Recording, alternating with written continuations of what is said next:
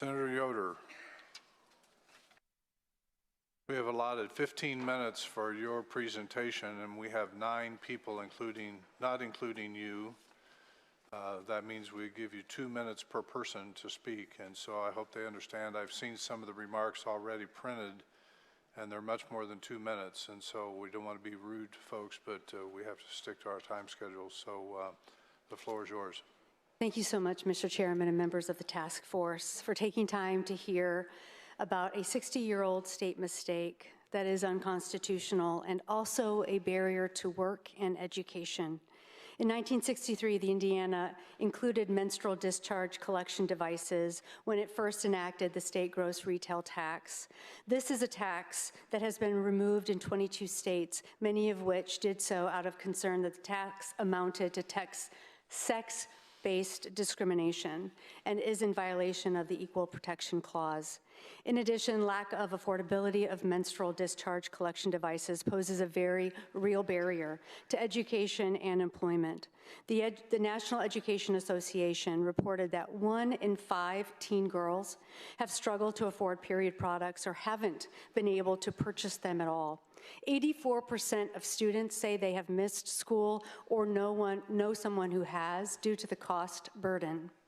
36% of women have missed 1 or more days of work a month due to lack of affordability of menstrual discharge collection devices.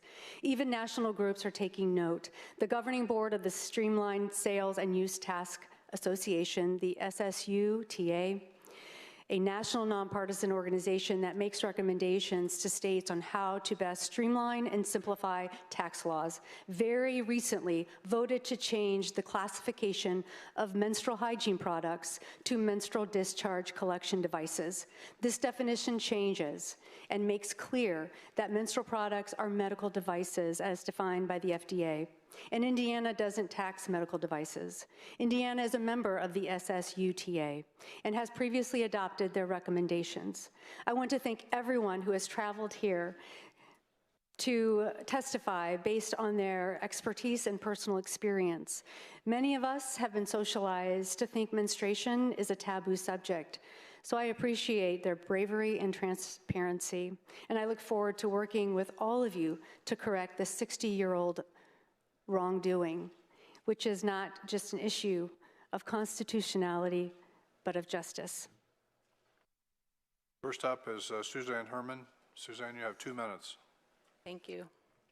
Good morning. Thank you for having me. My name is Suzanne Herman, and I'm the legal director at Period Law. Period Law is a national law and advocacy nonprofit devoted to making sure no one is denied basic opportunities based on having to manage their periods. Among other initiatives, since 2016, we've run a national campaign to end the sales tax on menstrual products across the country. When we started, 40 states still tax these products. We're down to 21 today. Some of your neighbors included on that list are Ohio, Michigan, and Illinois. The most recent one was Texas, passed an exemption this past session. A record number of bills will be introduced this session across the country, so I want to thank Indiana for being a leader and joining in on the historic effort to do this. So as I understood it, this task force is looking to scrutinize Indiana's tax code, and this is, as the gentleman from Prosperity Indiana pointed out, this is another low-hanging fruit for a situation which is disproportionately impacting lower-income Hoosiers. The 7% sales tax on tampons, pads, liners, menstrual cups, period underwear in Indiana, removing this would be correcting the tax code, not further complicating it. It's been, as Senator Yoder mentioned, erroneously attributed to sales tax revenue since the inception of that in 1963. Indiana exempts many other medical durable devices from sales tax. However, the category of menstrual products, which includes medical durable items, is still improperly taxable. So exempting these products, another medical device according to the FDA, would streamline and not complicate the tax code. Repealing the tax does not set a precedent for other tax exemptions or carve-outs, as we sometimes hear. This category is singular. There's no comparable category of medically necessary products used only by men where the same arguments can be made as here. Necessities, oh, is that 2? Time is up. I will just close out by reiterating what Senator Yoder mentioned about the streamlined sales tax name change, and just say that the reason this name change came into effect is because that's exactly what these products are. They collect medical discharge without wearing one of these products. When someone's on their period, women will bleed through their clothes, girls will bleed through their clothes at school, and that's, you know, the medically necessary part of it is highlighted there. Thank you. Tracy Wilkinson. You have 2 minutes, please. Thank you. I'm a fast talker. My name is Dr. Tracy Wilkinson, and I'm an associate professor of pediatrics and obstetrics and gynecology at IU School of Medicine. But I'm here today speaking on behalf of the Good Trouble Coalition to advocate for removing the tax on period products. As a pediatrician, I have the privilege of caring for patients as they transition from childhood to adulthood. And one of the most important moments of that transition is when a patient begins to have their period. On average, girls begin to have their period at age 12 years old, which means that half of girls begin their period before the age of 12. That means that girls have at least 72 menstrual cycles before the age of 18 years old and need period products to be able to continue participating in school and their daily activities. While period products like pads and tampons are FDA-approved medical devices, I want to clarify that they are not something that are prescribed by clinicians or covered by health insurance. This means that the cost of period products fall on the person who is having their period and their family, and costs on average $20 to $25 per month, or $10,000 over a lifetime. The cost is not minimal, and the additional burden of sales tax to cost every time products are purchased sometimes force people to choose between purchasing period products and paying for food, utilities, or rent. If people can't afford their period products, the impact is clear and recurring and monthly. Girls are forced to choose not to attend school, participate in after-school activities, or spend time with their friends. In the worst-case scenario, they use other products that are not intended to be used as a period product, like newspapers or socks. Needless to say, this is not ideal from a medical perspective, can cause infections, and is not comfortable from a patient perspective. I am saddened when my patients report missing school because of their period, and missing school every month with your menstrual cycle is incredibly detrimental for academic achievement. Thank you. Thank you. Holly Payton. Holly, you have 2 minutes, please. Good morning. It is a pleasure to be here today discussing the unfair tax on menstrual discharge collection devices. My name is Holly Payton, and I am the program facilitator for the Teen Advocacy Council, also known as TAC, for Girls Inc. of Shelbyville, Shelby County. I am joined by Autumn Kraft, another program facilitator, as well as the members of the Teen Advocacy Council themselves. This council consists of 13 high schoolers who aim to make positive changes in their community through action-based projects. These teenagers recognized that access to menstrual discharge devices is a major issue in their rural and low-income area. They believe, as do I, that it is unjust to tax these medically necessary devices. We hope that you, as legislators, will see the importance of changing this law. Thank you for your time. Thank you, Ms. Payton, and thank you, ladies, for being here today. Next up is Cecilia Poitner.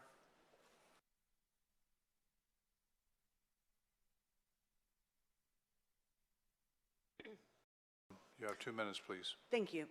My name is Cecilia Pointer, and I am speaking on behalf of my friend Candace Gisler, who at the last moment could not be here, and so I was asked to read her testimony, which reads, I have been a registered nurse for the state of Indiana since 2007 and graduated in 2021 with a Master's of Healthcare Administration.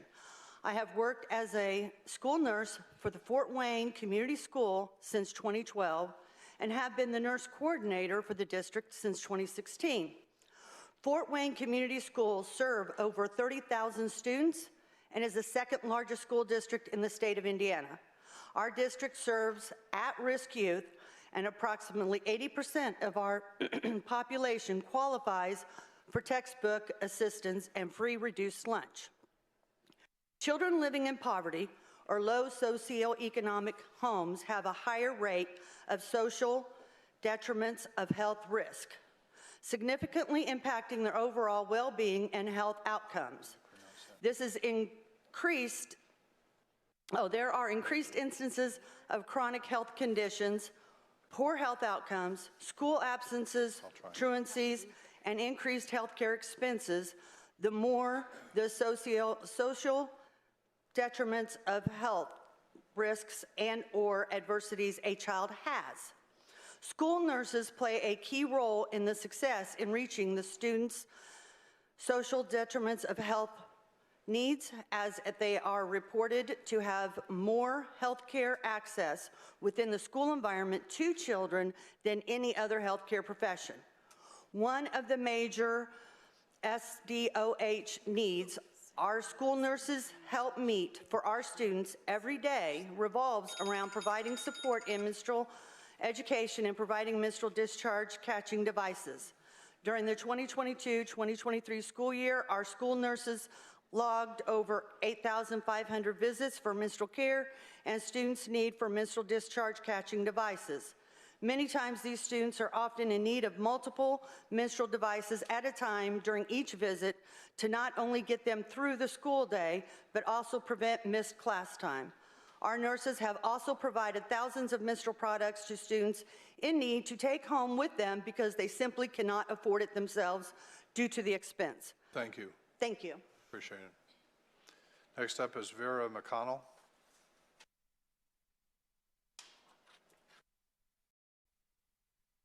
Welcome, Vera. You have 2 minutes. Thank you.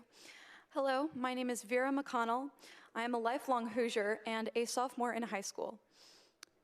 I am hugely passionate about stopping period poverty, and as a Girl Scout, I am currently working on my Gold Award about menstrual awareness and hygiene. When I heard about this Senate bill, I wanted to help. I volunteer at the Trinity Outreach Center Sunday dinner program at my church, which serves a hot meal to people every week and provides other necessities. And I spoke to people about their experiences with period poverty. Out of all the responses, every person I spoke to said they had difficulty buying and getting access to menstrual products. All the students said they had missed school because of no menstrual discharge collection devices, and even some of the staff working there told me they had trouble getting the items they needed. Not only is the sales tax on these items unnecessary, but it is harmful to Hoosiers who menstruate. Menstrual discharge collection devices like pads, tampons, and many others are just as vital to hygiene as toilet paper and should be made more accessible. I will be voting and paying taxes soon, and I want the policies of my state to support all the people here. Thank you. Thank you. Appreciate it. Jessica Louise. Welcome, ma'am. You have 2 minutes, please. Good morning. My name is Jessica Louise, and I am the Indiana Organizing Manager for All Options, which is home to the Pregnancy Resource Center in Bloomington, Indiana. As an organization who directly services Hoosiers in need of menstrual discharge collection devices, whether through our resource center or during other community events, we've heard a number of stories, among them one from 12-year-old Jay's family. 12-year-old Jay is in 7th grade and lives with her mom, her older brother, and her younger sister. Jay's mom is a single parent who also menstruates and balances a tight budget each month. Jay and her mom both menstruate, and because Jay has only been menstruating for a year, she doesn't yet have a routine. Sometimes she needs extra MD CDs to keep in her locker or to share with friends. Her mom works from home and shared that because of their tight budget and to accommodate her daughter's needs, she sometimes goes longer than is suggested using products or goes completely without. Her sacrifice is one of many she makes as a single parent, and one that she hopes her daughter never has to experience or worry about if she chooses to parent one day. The flow of one cycle can sometimes be unpredictable, as shared by Jay's mom, and the added financial burden can be isolating and debilitating, separating those with cycles from critical social or academic supports and networks while creating and sustaining a culture of shame. We urge you to repeal the tax on period products and alleviate the burden that the tax places on Hoosiers to help restore Hoosiers' dignity while menstruating. Thank you. Thank you, Jessica. Next up is Kennedy Phillips. Welcome, Kennedy. You have 2 minutes. Thank you. Good morning. I am Kennedy Phillips, and I am the Program Manager for Women4Change Indiana Action Fund. As an organization that advocates for economic stability for women, we support SB 203, repealing the tax on period products. 1 in 4 administrators struggle to pay for the menstrual products. These items are not luxuries, but are pure necessities. As women, we are unable to control menstruation. Typically, girls can start menstruation around ages 8 through 17 or even earlier. At this age, many children are unable to pay for the products by themselves, and often it falls back on the parents or guardians of the child. Money is an obstacle for many families in the state of Indiana, and is a barrier when it comes to purchasing menstrual discharge collection devices. When there is a lack of access to menstrual products, it increases the chance for many infections. By eliminating this tax, it would help alleviate barriers when needing to purchase much needed menstrual discharge collection devices, and ultimately will decrease in a health risk. In Indiana, Viagra and Prospecia are available tax-free, while the feminine hygiene products essential to women's health and their educational and workplace participation are not deemed to be necessities and are taxed. Indiana already has one of the highest gender pay gaps in the U.S., as well as one of the worst maternal mortality rates in this country, and the period tax further disproportionately burdens Hoosier women and girls. Again, we support SB 203, and it is important to repeal the tax on period products. Thank you. Thank you. Next up is Chelsea McDonald. Welcome. You have 2 minutes, please. Thank you very much. My name is Chelsea McDonald. I live in Muncie, Indiana, and I have experienced living in poverty. Because of the situation I was born into, I never had a comfortable home for long. We moved in and out of women's shelters, crisis centers, and poorly maintained apartments every few months. I was the new kid at school, over and over and over. This also meant I missed out on important instruction. I was never taught about my reproductive system as a child. I had no clear ideas or facts on what was awaiting me when my menstrual cycle finally came. I remember that day. I remember not knowing what to do. I remember thinking I had done something wrong. And I remember shoving large amounts of toilet paper into my underwear, thinking this would stop soon. By the time I made it to school that day, my pants were already soaked through. I had nothing extra. I had no way to contact my mother, who worked over an hour away and who I saw maybe 2 hours a day. I was ashamed, I was embarrassed, and I can't begin to go into detail about having to live with all of this as a young girl feeling absolutely desperate to understand my situation. Because of the love and support from my school nurses, counselors, and the few friends I was able to make, I was able to access the menstrual devices I needed sometimes. When I couldn't access them, I stayed home. And this is the reality for so many other girls. Poverty comes with restrictions you can't ever imagine unless you have lived through it. I have. So please, listen to my experience and know that you can do something to make a difference. We were never meant to pay more for these items. It is an extra burden on my sisters in poverty, and we need you to make it right.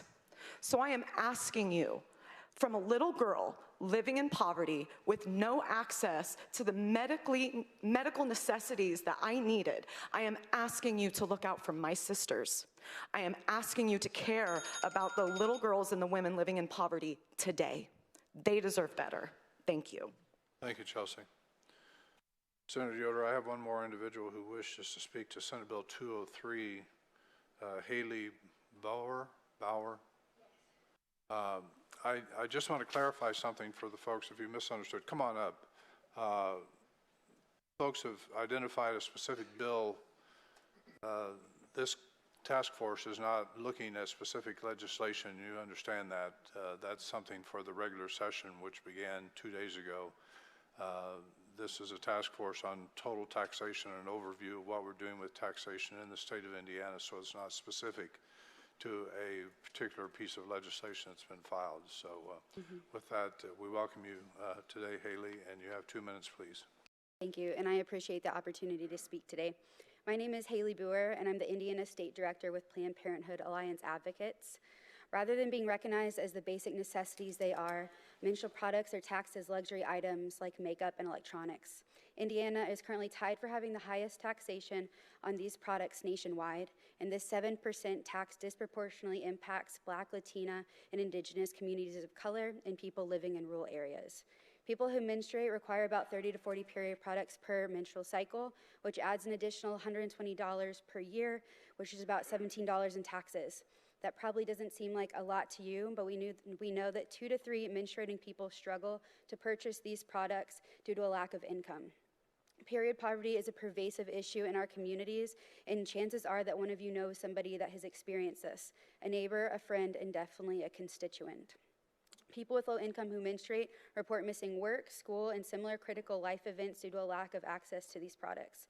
No person should miss out on daily life because they're unable to afford basic necessities. This is your opportunity through this session to impact the dignity and well-being of Hoosiers who menstruate and take a step towards menstrual equity for our state. Thank you. Thank you. I appreciate you it. being here. Thank you, ladies. Appreciate y'all being here today, and Senator Yoder for coordinating the testimony on this subject. So thank you so much.